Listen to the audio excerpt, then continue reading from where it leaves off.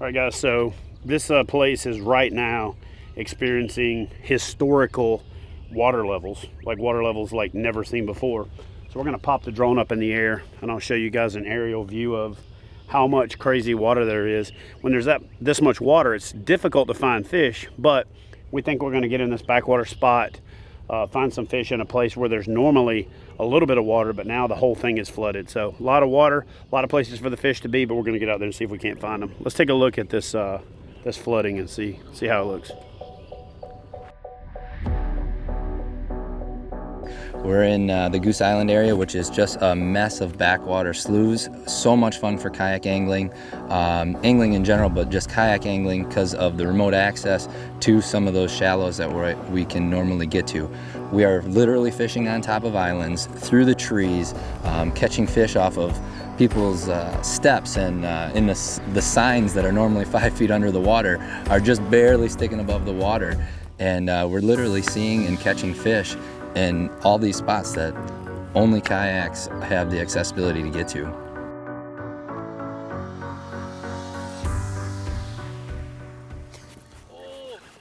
Oh, no. You gotta set the hook, girl.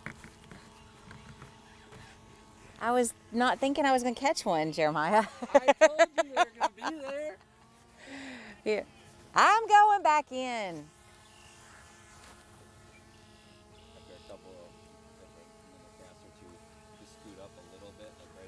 Oh, get it, set it hard. There you go. Oh. You gotta reef that thing. Holy crap, I don't know if I could set that any harder. Oh, he's jumping over there now. Holy crap. Yeah, you should though, because it's gonna be really hard if you do get him, to get him over that shit. Oh my God. Ah! Oh, he hit it again. There's another one that hit it right there. You don't have them. I'm setting the hook on some grass though, baby. Yeah. Let me see that thing on. Oh, you're good. I'm good. Yeah, It's just a line on it, stripe on it. See, you should, he's right, you should move up to just so that you don't have to pull it over that grass.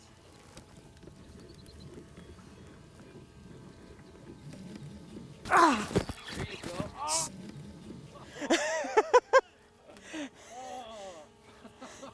How is that even possible? Like, I set the hook on that one. You set the hook on that one.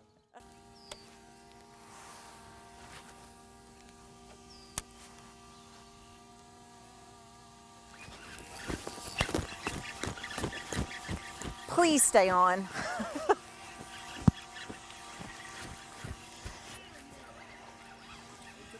It is. Praise the Lord Jesus.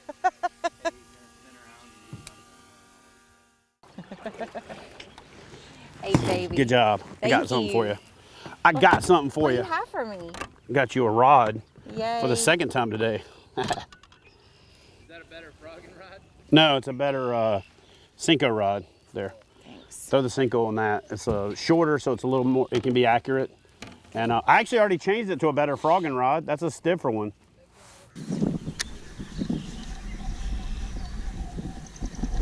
Fish on. Here we go. A little bass. I got wrecked that spinnerbait. Wrecked it. He don't know he's little.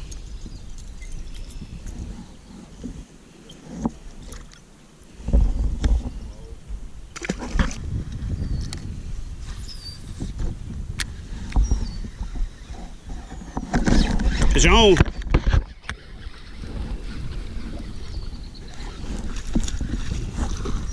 Look at that. That's a good bass right there. Oh yeah.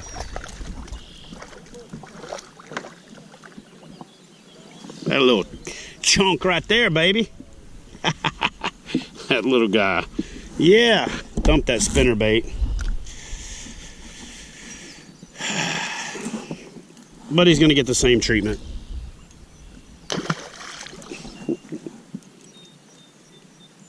There might be more over there in that little groove.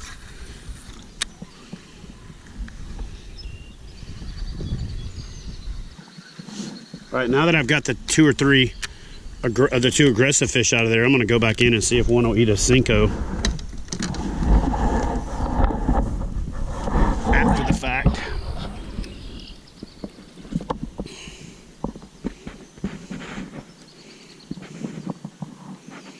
Go back in there and catch the lazy ones now.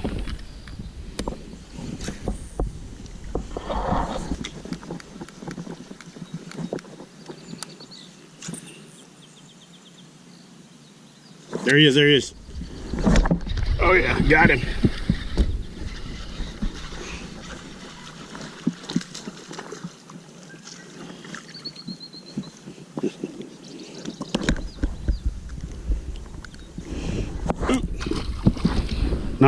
Not a classy release, but got the job done. I'm gonna try to bring him up. These things, he's still fighting so much. Oh my gosh, this is ridiculous. He is still fighting. Oh my gosh, hold on, buddy. Oh my gosh, come on. You going right or keep going up this creek? I have no idea. Look at this big old dogfish. He's huge. Oh, buddy. Oh, boy. Oh, boy. Hold on. I don't even want you in my net, but I need to get that bait. Oh, my God. That's something like bringing a knife to a gunfight with that little net and that big old bowfin. Oh, it's not good. It's not good. I got nothing else. Big fish and a little net. Oh, come on. Well, I'm not going to lip him. You see the inside of their mouths? I can come land him with the leverage landing net from Yak Attack. Do you have a real landing net? Yeah. Yeah, get over here. Always. I'm scared to do this. Hold on a second and I'll grab it. Well, hurry up. I said hold on a second and I'll grab it.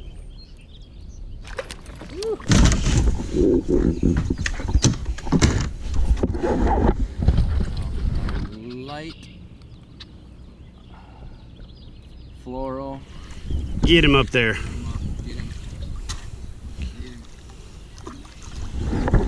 Oh, look at that thing. Look at that. Here, I'll give you the net. That's a beast. You don't want to get him out? There you go. Yeah. I'll give you the net so you can do it. It's your fish. Oh my God, that sucker. Look at that thing. Dude, that thing is heavier than heck. Yeah. Hey, get down where your forearm is on your hand is on the foam and your forearm's behind. There you go. It's still heavy. Yeah. Dude, but it gives you a lot of leverage. That's why it's called the yeah. It's just a huge fish. leverage landing net. Just reach in there and lip him real quick. Nope. And then we'll do the video on how to sew up You gotta come see the... somebody's thumb. See, folks that are watching, you're not familiar with the term Jeremiah's using, dogfish. That is probably the fish that's got more names than any other fish in North America. It's a dogfish, it's a bowfin, it's a grinnell, mudfish, got a lot of different names, but that's a good size one right there. Hey, use your paddle and measure it, get a length on it.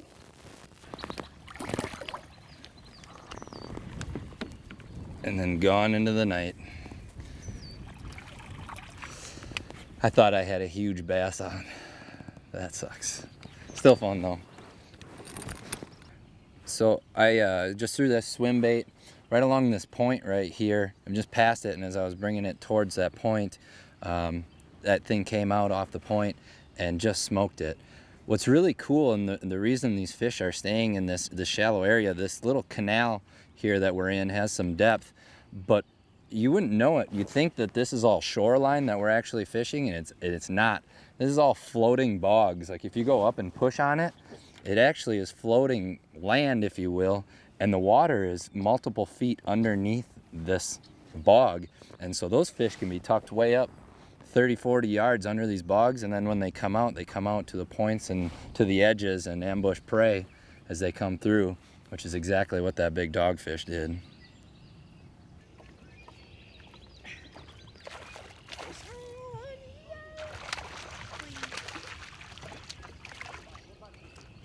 Hey, I got a bass. So just so you know, the importance of a throwback lure, this little guy, I missed on a frog. He bit it and I just didn't, I wasn't able to set the hook good enough. So I threw a Cinco right back in, just reached down and grabbed that lure. That was my rod that was laying right here. Threw it back in and got him. So the Cinco did it for me again. Nice little guy. I'm gonna let him go. Okay, little guy. There you go. The throwback lure is the thing. If you don't use a throwback lure, you need to, because those fish that you miss and they're trying to be a little bit elusive, if you have something just to throw right back at them once they're agitated, they'll eat it and you can catch you a bass.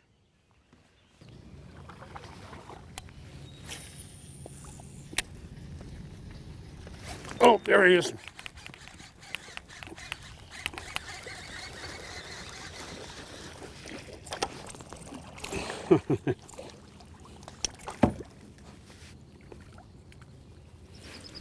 That's fun. I don't care how big they are.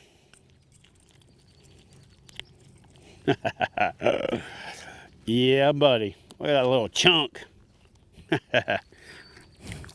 So what I decided to do is fish one of my favorite ways to fish, regardless of whether or not I catch a monster, which is with a buzzbait.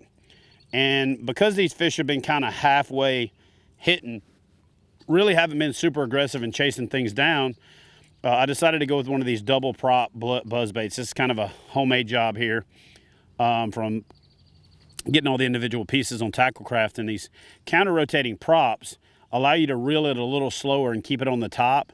Still creates a good gurgle, still has a good, sound to it, creates a surface commotion. But more importantly, it stays in the strike zone a little bit longer.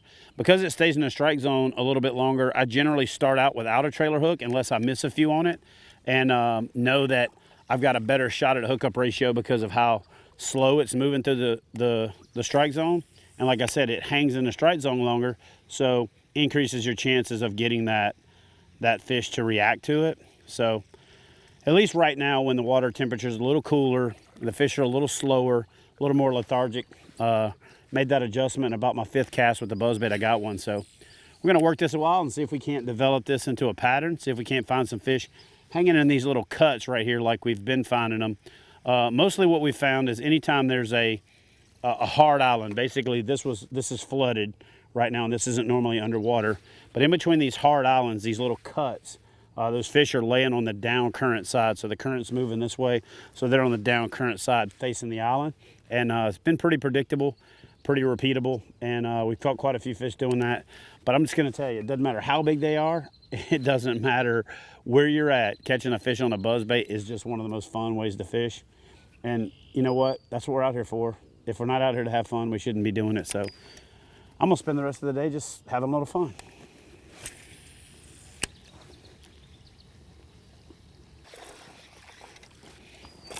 Oh, I lost that guy because I was jacking around, but got another one on the buzzbait. This one actually happened to be out here in a couple of these isolated strands of grass, and I just wanted to see if there was fish there, and there was one there. I was fishing my way up to this next little cut, decided to make a cast, and there was one on this little isolated piece of cover.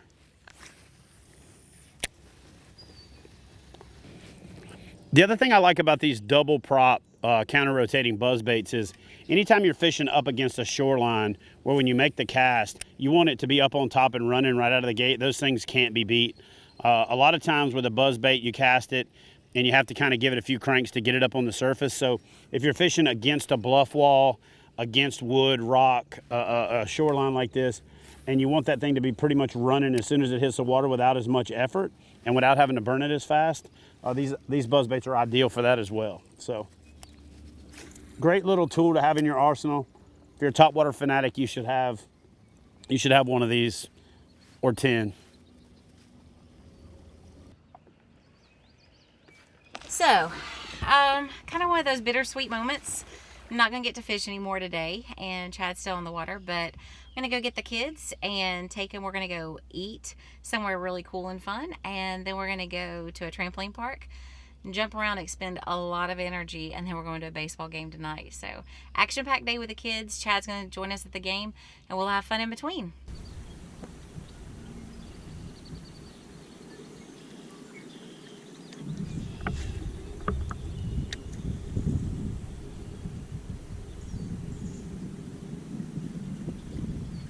Go. There he is. Oh yeah. That's a good one. That's a good one.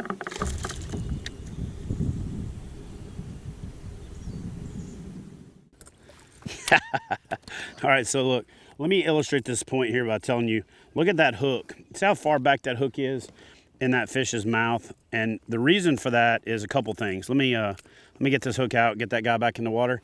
Thanks, buddy. That was fun. But let me show you a couple reasons why. For one, that shaft is offset. That puts it a little bit below the water. This head is shaped to where it creates lift. So it's got a flat head on the top and it's curved like the keel of a boat, which gives it a little bit of lift. And then that counter rotating prop also gives it that extra lift. But because the bait is going a little slower, it's hanging in the strike zone. When they come up at it, they get it. So in most cases, especially since I'm fishing around this thick grass, I don't really need a trailer hook, right? Which I'll put a trailer hook 90% of the time if I'm fishing a single blade buzz bait. But just one of those things to add to your arsenal on a tough day. We have had a tough bite, but I started catching them on a Senko. And let me tell you how sometimes you put 2 and 2 together and what really made the light bulb go off. Now, it probably should have gone off a little sooner, admittedly, but here's what happened. I was throwing Senkos up against the bank. And as I would be raising my rod tip to get it where I wanted it before I drop it, they were coming up and hitting it. So they were hitting stuff on top, but they're hitting stuff on top that was going slower. So what I decided was, all right, I'm going to give it a shot going to this. And I talked myself into it and out of it and into it and out of it a few times before I finally decided, you know what, I'm going to tie it on. That's what I really like about these Groove lure holders, is that it keeps a lot of different lures right there at your fingertips. And had I had to dig this out of the box, I probably would have talked myself out of it.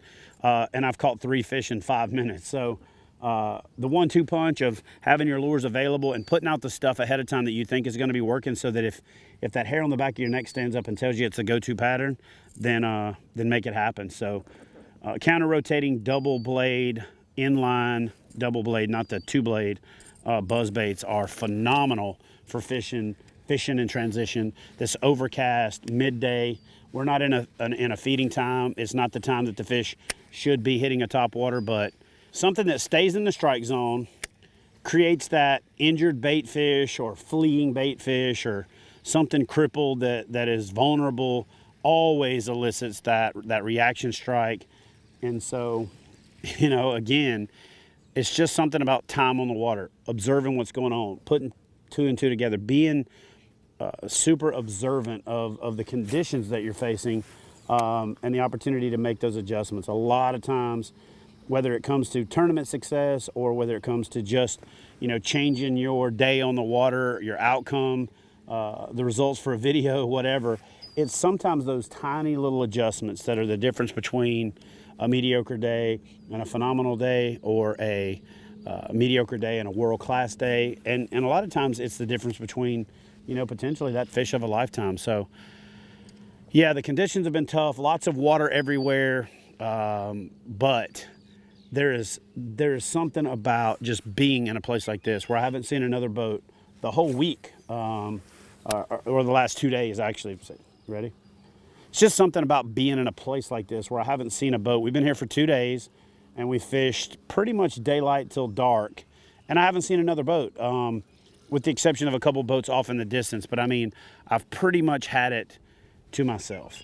But I've seen boats at the boat ramp, so when I get out to the water, I've got it to myself. You know, you can look around and there's nobody here. And yeah, to find a topwater bite, to get that adrenaline rush, and to do it repeatedly, not that isolated one-time thing, you know, just makes for a phenomenal day on the water. And this place, La Crosse, Wisconsin, is just, I mean, if I've said it once, I've probably said it 1,000 times. It is tailor-made for the type of fishing that I do, for kayak fishing. And if you've never been to this area, you owe it to yourself to come check it out. So, you know, yeah. Anyway, let's catch another one.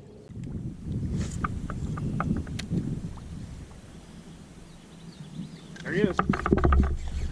There we go. Boy, they are digging this buzzbait today. Look at this guy here.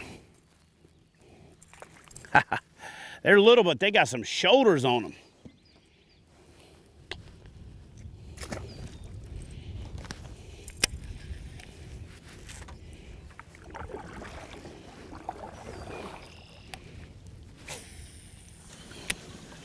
Okay, there's a fish. Oh, yeah. You know, let's get this guy back in the water and then I'll talk to you for a second about it. There's just something about having a tough day or two of fishing where you just can't exactly figure them out. You know, yesterday we grinded and we found them on docks, okay? We found them in and around rock along the bank. Today, there's water everywhere. Thousands and thousands of acres of water. And we dialed it down to these hard edges of these floating bogs, the islands and the isolated cover with the funnels in them, and a buzzbait of all things. So, you know, one of the things about being successful in the water is putting things together, and putting things together means you actually take everything into account. And time on the water, there's no substitute for that, to where you start to recognize variables sooner. So I decided I wanted to try the buzzbait because everywhere we fished with a lot of duckweed and a lot of slime on the grass just wasn't producing. At least it wasn't producing to the standard that I'm expecting from Crosse. So I decided to throw a buzzbait. And by deciding to throw the buzzbait, I have to throw it into cleaner water because the buzzbait needs cleaner water. So I look for these isolated pockets and I start throwing it and immediately start catching fish. So sometimes you'll just gonna go down this road and you don't really realize it. And so you have to take a step back and say, all right, so I'm catching fish now and I'm catching them on a buzzbait. Is it the buzzbait or is it where I'm fishing? And what I generally find out is a lot of times it's the lure that helps dictate the pattern, but the pattern will go with different lures. So here's the point I'm making. I'm catching these fish on a buzzbait because I made a few casts on a buzzbait and caught fish. But what that did is it made me fish cleaner water. And because I fished cleaner water, I started catching more fish. So now if I was to throw a swim bait or if I was to throw a Senko or a spinnerbait and I threw it in cleaner water, there's no doubt in my mind I would catch fish. So you have to take all the variables into account when you put these patterns together to start to understand. Sometimes you accidentally happen upon the pattern. Sometimes you do it on purpose. This time it was a little bit of both. I felt like they would hit the buzzbait because the times that I did catch them on the Senko, they came up and lazily, swiped at it. So I decided to throw the buzzbait. I put that together and there's a pattern. I've caught now 7 or 8 fish in less than 30 minutes, where all day long haven't caught that many. So that's definitely a pattern, but it takes getting out there and experiencing it and time on the water and grinding. I got a question the other day on social media where someone asked me, hey, what do you do when you're having a hard time finding fish? And the answer to that is grind. Just grind. The best way to follow up a crappy day with fishing is to go back fishing the next day. So, in the drinking world, they call that the hair of the dog, where if you have a bad night, you just start drinking again the next morning.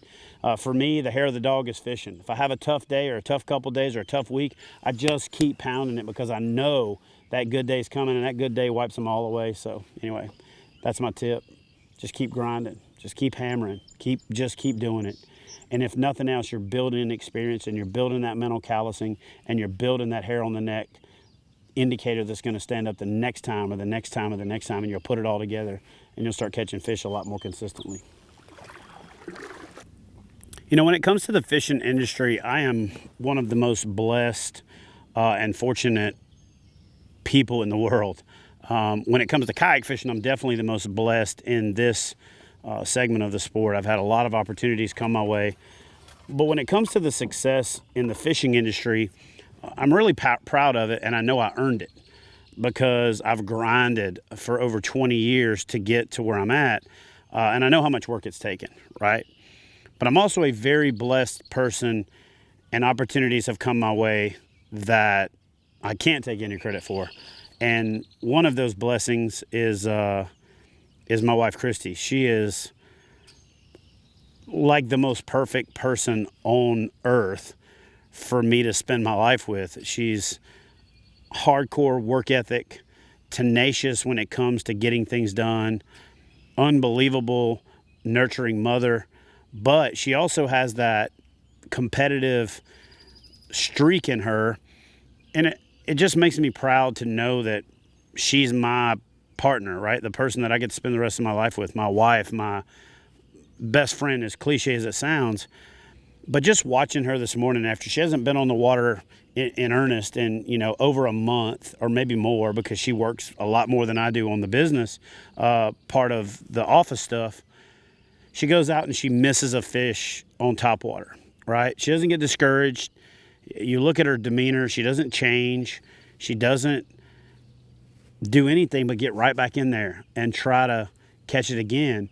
And then the fish blows up on it again, and she sets the hook this time, and it comes off.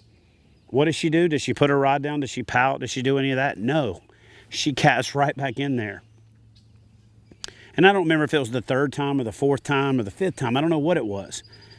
But she threw back in there, and she got the blow up.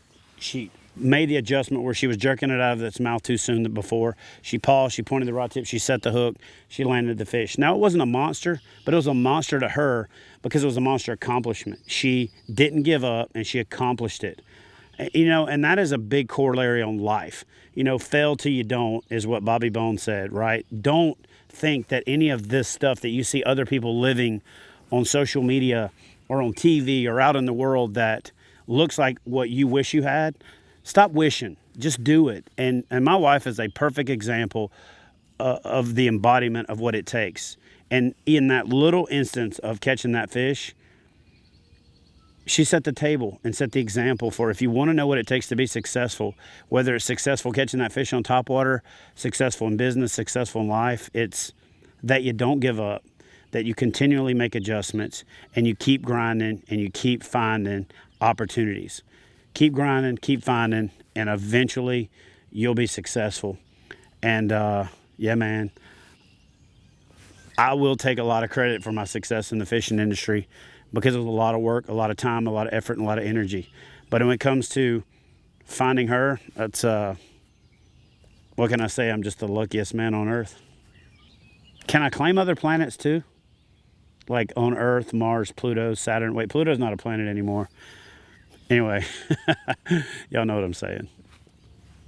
Wait, if Pluto's not a planet now, does that mean it never was and we misclassified it for most of our lives, or now and we corrected an error, or did something happen and Pluto lost its planet status?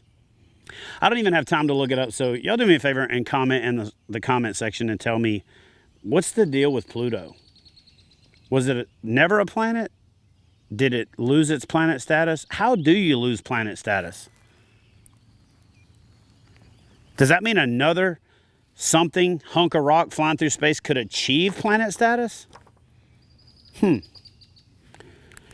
guys, that is going to do it for this episode. I hope you enjoyed our little backwater adventure back in La Crosse, Wisconsin. Look, whether you're looking for monster pike, monster smallmouth, some of the best backwater, topwater action anywhere on the planet, you owe it to yourself to come check out La Crosse, Wisconsin.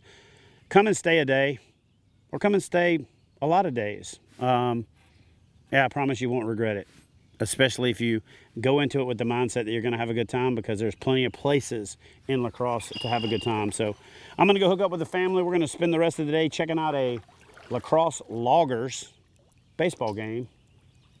Popcorn, water, sweat, home runs. Yeah, I think that's a good way to waste an evening.